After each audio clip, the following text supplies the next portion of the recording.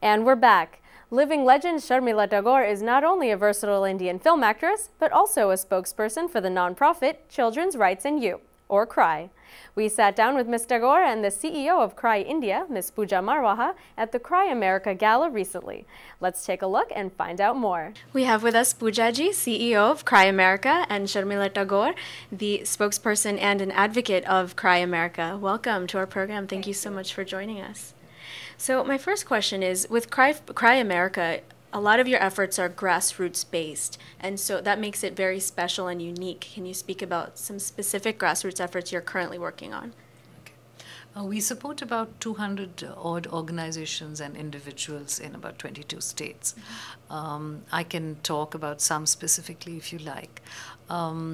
We have in place a model in a tribal area in Maharashtra, where we work with the issues of malnourishment. So it's an area that is known for very high child deaths, and we've traced the reasons really being that a lot of this area is in the conserved forest area, and tribes don't have access and are not allowed to grow food.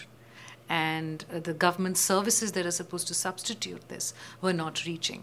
So we worked with there for now about 12 years, where we started initially with an intervention to get food in and save children as they were.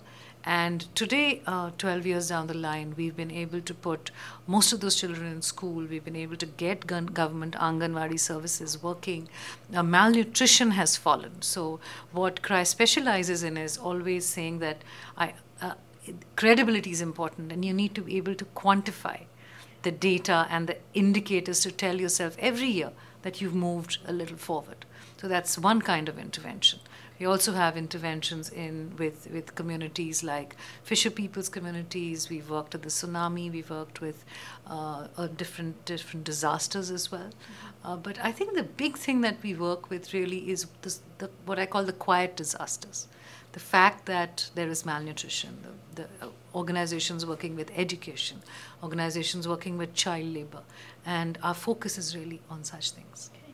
Now, with such quiet, quiet things going on in our country, how are these issues brought about? I mean, there's so much that we know, but how is it initially discovered? How is it initially found out to know that we need to go in and intervene? Frankly, there is a census done in India. It's one of the largest exercises in the world. And if you read that data, it tells you all. There's a National Family Health Survey. There is the UN. The UN itself monitors human development indicators, in which India is very low, actually. So those numbers start telling us where we need to be. And therefore the hunger index in last year became 64 out of 84 or something like that. And Bolivia and Vietnam, they were ahead of us. So, and this is just one issue that plagues us.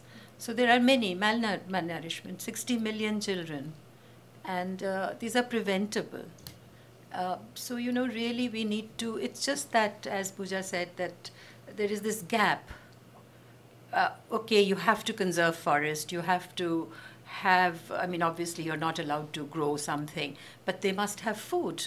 But why should the food be delayed? You cannot possibly wait. Certain things can be delayed and you can survive.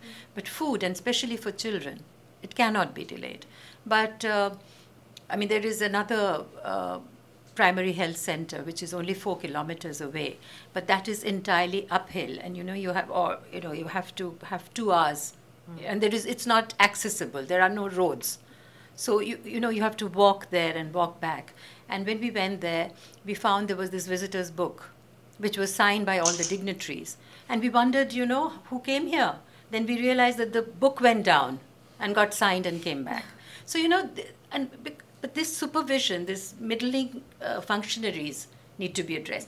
The local people are very good. Then Anganwadi workers also have to go to 4 villages, and they have to walk. So there's a lot of hand-holding and sympathizing with the local people who are really doing a lot of work. But it gets stuck at the middle level. The government is also pumping a lot of money and all the But so an organization like CRY is able to do that, because it's not government. It's more mobile, more flexible, and they use the community to help them. They involve the opinion maker of that particular place, and they have dialogues, and they built, the story about you give a man a fish, you feed him for the day. You teach a man to fish, you feed him for life. So I think that's the principle that CRY has adopted. And I think they are making huge contribution everywhere. Thank you. And to round off the conversation, with the Indian government, there has to be so much that you both relay to and from the government in India, and how is it working with them, and how much is their support? So actually at national level you find a lot of support. As you know, India has passed the right to education as a right for the first time. We are currently looking at a Right to Food Act. We've passed there's a national education guarantee scheme which guarantees 100 days of employment. That has been a very good policy. The challenge is really policy implementation and being able to work, as Sharmila said, at every level.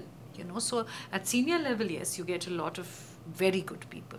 At local level, you get a lot of very good people. What you need to do is bring it all together and say, I as a community am aware, and I as civil society privileged am also aware. So it's not just the poor who have to look after those schools, but so do I. And when you can get that kind of working with the government senses the partnership, and they start working with you. Yeah. Okay, well, thank you so much both for joining us today and speaking for CRY America, a group that believes that children don't need charity, but that they deserve the rights that they've been entitled to. Thank you so much. It's now time for another short break, but don't go anywhere. When we're back, we'll step into another interview and find out about how you can celebrate Diwali this year. Stay tuned and see you on the other side of the break.